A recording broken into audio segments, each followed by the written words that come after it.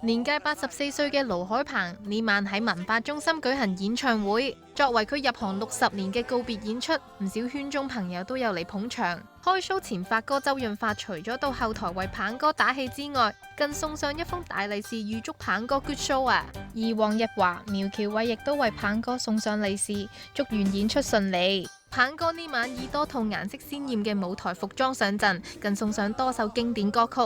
無求一身光輝凝望每晚洗個面，瞓下街邊，瞓下公廁，盡是作滋味。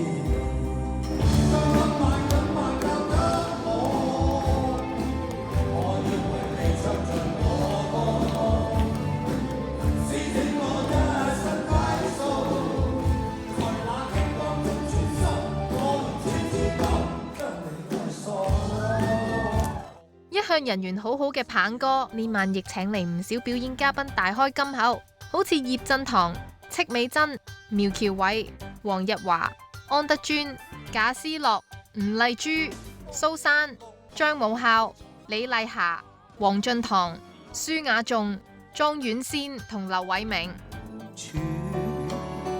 海角天邊攜手擔起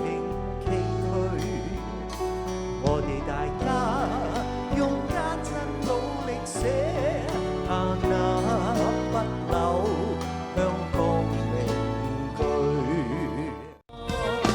唔願信命前生早注定，離愁夢裏仍是家鄉。風輕輕吹，自然最要我依襟。夏天偷去聽不見聲音，日子匆匆走過，配令我有百感生。記掛那一片景象繽紛。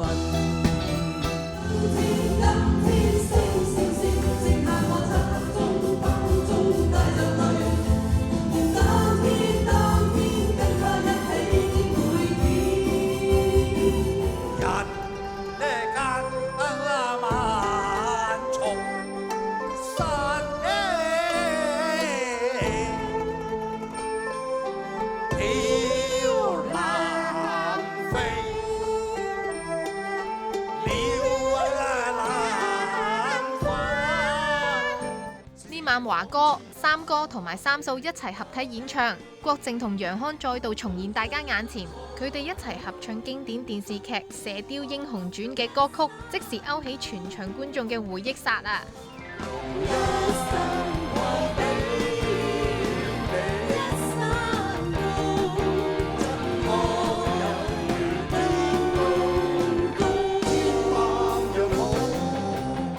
講到經典，當然唔少得鵬哥、賈思樂同埋戚美珍呢個蝦仔爹哋組合啦。呢日三位終於合體再現舞台，真係回憶翻晒嚟啊！知唔知佢點解後生咗？點解啊？老爺，你今年幾多歲啊？我80歲。84。你每日朝頭早上醒去做乜嘢㗎？朝早去跑步咯。跑幾多公里啊？總之幾耐啊？跑幾耐啊？咁即係跑1個鐘頭之內啦。起碼跑半個鐘頭到1個鐘頭。喺最後環節，鵬哥特別扮成肥姐沈殿霞出場表演《碧海狂僧》。今日得名真係香，仲念什麼南無我哩呀？我仲拜什麼西方佛？